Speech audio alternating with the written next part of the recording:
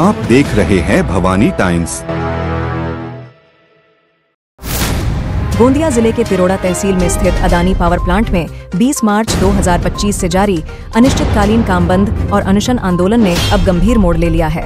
24 मार्च 2025 से 2 ठेका श्रमिक आसाराम मेश्राम और विनोद कासमे आमरण अनशन पर बैठे हैं और आज उनके अनशन को 4 दिन पूरे हो चुके हैं। उनकी स्थिति लगातार बिगड़ती जा रही है, लेकिन इसके बावजूद अदानी पावर लिमिटेड तिरोड़ा प्रबंधन पूरी तरह से निष्क्रिय बना हुआ है। प्रबंधन न तो अनशनकारियों की सुध ले रहा है और न ही उनकी मांगों पर चर्चा करने के लिए तैयार है। इस उपेक्षा पर नाराजगी जाहिर करते हुए महाराष्ट्र राज्य बिजली उत्पादन रोजंदारी मजदूर सेना के केंद्रीय अध्यक्ष चयन दास भालाधरे ने चेतावनी दी कि यदि अनशनकारियों को कोई शारीरिक क्षति होती है या उनकी जान जाती है तो इसकी पूरी जिम्मेदारी अदानी प्रबंधन और सरकार की होगी। अनशनरत आसाराम मेश्राम और विनोद कासमे ने स्पष्ट किया है कि जब तक अदानी पावर प्लांट का प्रबंधन उनकी मांगों को पूरा नहीं करता तब तक वे अपना आमरण अनशन जारी रखेंगे। अब तक मिली सूचना के अनुसार अनशनरत आसाराम मेश्राम गंभीर हालत के चलते इन्हें अस्पताल में एडमिट किया गया है तथा आज नए ठेका श्रमिक निमेश गढ़पायले अनशन पर है। इसके बावजूद भी क्षेत्र के सांसद, विधायक तथा प्रशासन के द्वारा आंदोलन की कोई दखल नहीं ली जा रही है, जिसके चलते आंदोलनकर्ताओं का रोष अधिक तेज होता जा रहा है। अनिश्चितकालीन काम बंद और धरना आंदोलन को अब 7 दिन हो चुके हैं, लेकिन प्रबंधन ने अब तक कामगारों की मांगों को सुनने या वार्ता करने की कोई पहल नहीं की है। बताया जा रहा है कि अनशन कर रहे श्रमिकों की हालत अब गंभीर हो चुकी है, जिससे आंदोलन और अधिक उग्र हो सकता है। यदि जल्द ही कोई समाधान नहीं निकाला गया तो इस संघर्ष का व्यापक असर देखने को मिल सकता है। तुम्ही इथे आंदोलनाला बसले आहात मागील 6 दिवसापासून 20 तारखेपासून तुमची याबद्दल उपोषणाबद्दलची माहिती इथल्या स्थानीय प्रशासनाला एसडीओ तहसीलदार कलेक्टरला इथपर्यंत गेलेली आहे का?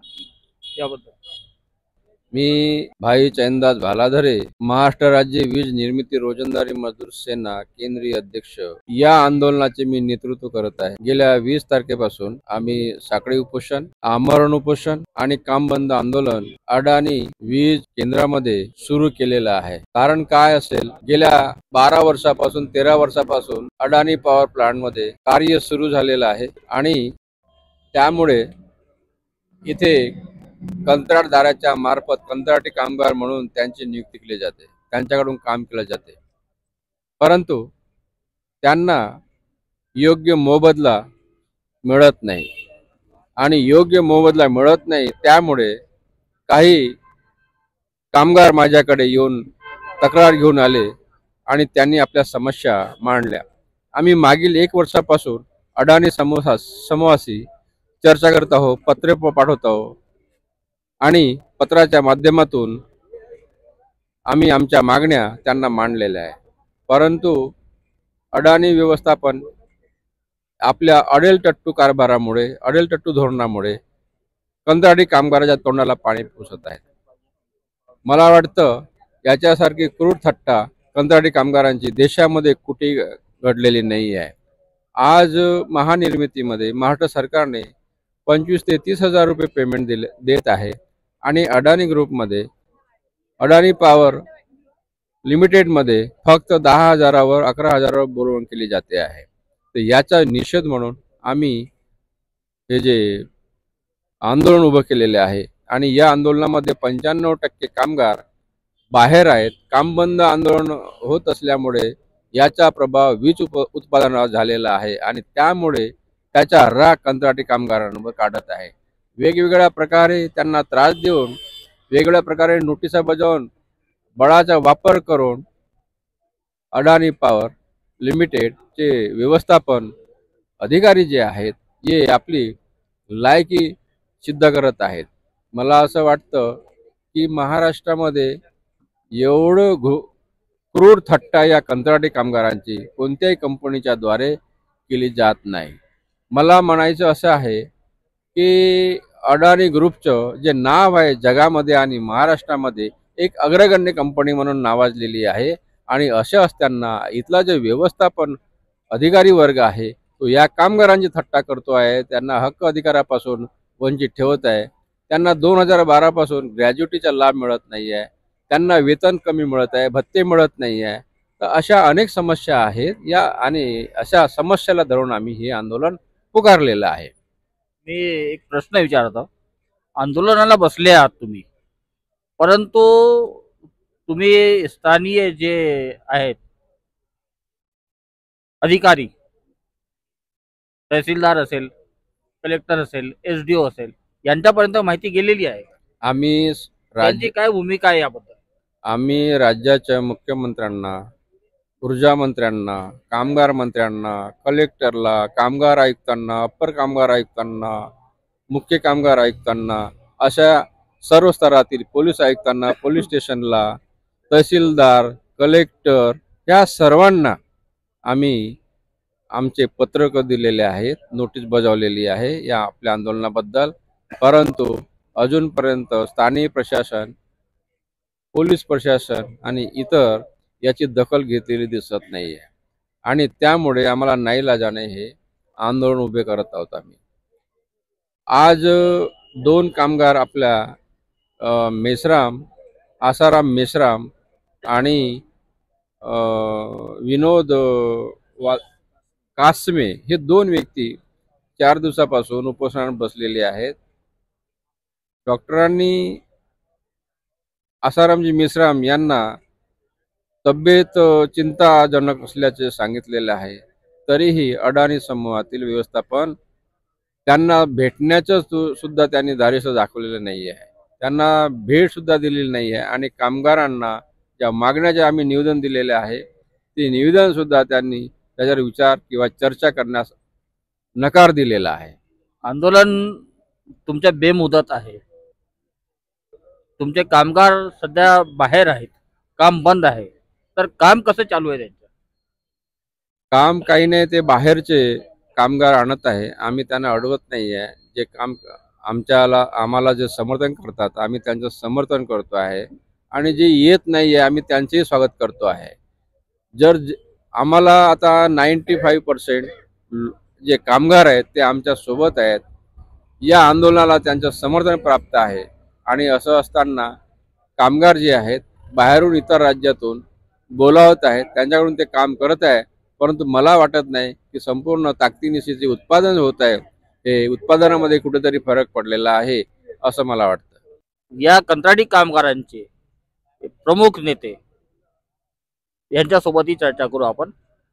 मी GM भालेराव, केंद्रीय कार्याध्यक्ष, महाराष्ट्र राज्य वीज निर्मिती रोजंदारी मजदूर सेना. कुठून आले? मी पारस अकोल्यावरून आलेलो आहो. रोजंदारी मजदूर सेनेच्या माध्यमातून जे आपण विचारलेला जो प्रश्न आहे ही गेली 20 मार्च 2025 पासून ते आजपर्यंत लोकशाही मार्गाने कामगारांच्या न्याय हक्कासाठी आपले आंदोलन चालू आहे आणि या आंदोलनामध्ये सर्वाधिक जो कंत्राटी कामगार बांधव आहे त्यांचा चांगल्यापैकी प्रतिसाद आहे. त्यांना हीच आशा आणि अपेक्षा आहे की आपल्या न्याय हक्काच्या ज्या मागण्या आहेत त्या आपल्याला मिळाल्या पाहिजेत, कारण ते कायदेशीर आहेत. परंतु कायदेशीर हक्क अधिकार असतानाही अदानी प्रशासन याकडे दुर्लक्ष करीत आहे. म्हणून संघटनेने पुनश्च आंदोलनाचा मार्ग स्वीकारलेला आहे आणि या आंदोलनामध्ये आमच्या ज्या मागण्या आहेत ह्या एवढ्या कायदेशीर आहेत, एवढ्या रीतसर आहेत की जे महानिर्मिती कंपनीमध्ये जे कंत्राटी कामगार कामे करतात कामाचं स्वरूप अदानीचे तेवढंच आहे आणि महानिर्मिती कंपनीचे तेच आहे. कामाचं स्वरूप सारखं आहे, परंतु जो महानिर्मितीमध्ये कंत्राटी कामगार काम करतो त्याप्रमाणे अदानी वीज केंद्रामध्ये कंत्राटी कामगार काम करतो, परंतु त्यांना मोबदला जो पाहिजे तो त्याप्रमाणे मिळत नाही. जसं आता महाराष्ट्र शासनाने माननीय ऊर्जा विभागाने जी आपण मागणी केली होती, जवळपास 21 संघटना एका ठिकाणी एकत्र आल्या होत्या की कंत्राटी कामगाराला तुटपुंज्या पगारामध्ये त्यांचा परिवार चालणं फार कठीण आहे.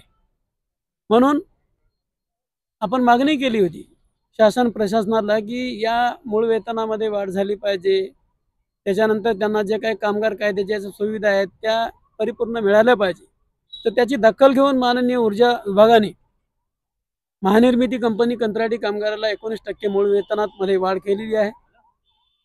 त्याच धर्तीवर अदानी वीज केंद्रातील कंत्राटी कामगारांना आमची मागणी आहे कामाचं स्वरूप पाहता अदानी वीज केंद्रातील कंत्राटी कामगारांना मूळ वेतनामध्ये 19% पगारवाढ झाली पाहिजे.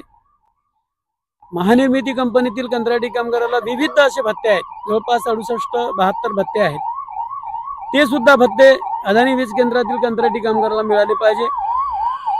त्याच्यानंतर 1 एप्रिल 2024 पासून जो एरियस आहे तो एरियस सुद्धा आमच्या अदानी वीज केंद्रातील कंत्राटी कामगारांना मिळालं पाहिजे.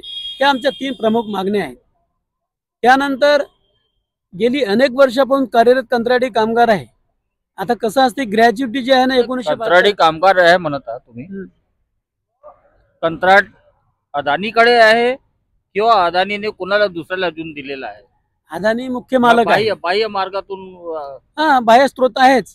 बाह्य. अदानी मुख्य मालक आहे आणि अदानी मुख्य मालकाच्या अंतर्गत जे कंत्राटी जे कॉन्ट्रॅक्टर ठेवलेले आहेत त्यांच्या मार्फत हे कंत्राटी कामगार कामे करतात. परंतु या सध्या कोण आहे कंपनीत अनेक कंपन्या आहेत. इथे अनेक कंपन्याचे कंत्राटी कामगार कामे करत आहेत. परंतु अदानी वीज व्यवस्थापनाची मुख्य जबाबदारी आहे की कंत्राटी कामगाराला ज्या कायदेशीर बाबी आहेत त्या जर मिळत नसतील तर मुख्य मालकाने ती अदा केल्या पाहिजे. ही कायद्याची मध्ये तरतूद आहे. परंतु असं होताना दिसत नाही. कामगारावर एक प्रकारची हुकुमशाही लादल्या जात आहे. कामगार आपला हक्क मागतो आहे आणि कुठेतरी कामगाराला भरकटण्याचा, दिशाहीन करण्याचा हा प्रयत्न या यंत्रणेतून चालू होत आहे. तर आमचा हा जो लोकशाहीचा मार्ग आहे, आमचा जो आंदोलनाचा जो मार्ग आहे, की आमच्या या आंदोलनाच्या मार्गातून आमच्या कामगारांना आमचा हक्क अधिकार मिळावा हा आमचा उदात्त हेतू आहे. या आंदोलनाबद्दल कोणता अधिकारी किंवा पोलीस विभाग यांनी काही मध्यस्थी वगैरे करण्याचा प्रयत्न केला आहे का व्यवस्थापनाचा? बघा, सन्माननीय पोलीस यंत्रणा तर संरक्षणासाठी येतच आहे. परंतु मुख्य भूमिका ही अदानी व्यवस्थापनाची असली पाहिजे, जिल्हा प्रशासनाची असली पाहिजे, महाराष्ट्र शासनाची असली पाहिजे.